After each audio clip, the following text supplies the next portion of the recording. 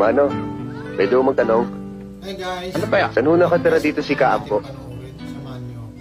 Siyambo? Oo. Siyambong driver?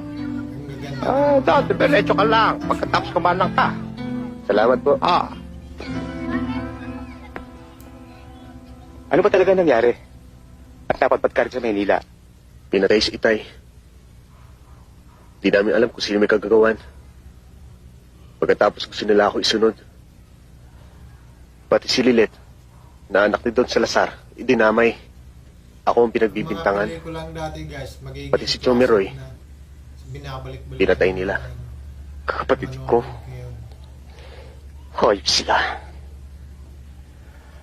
Ano ba ginagawa ng mga pulis sa atin? Yun na nga, Chong.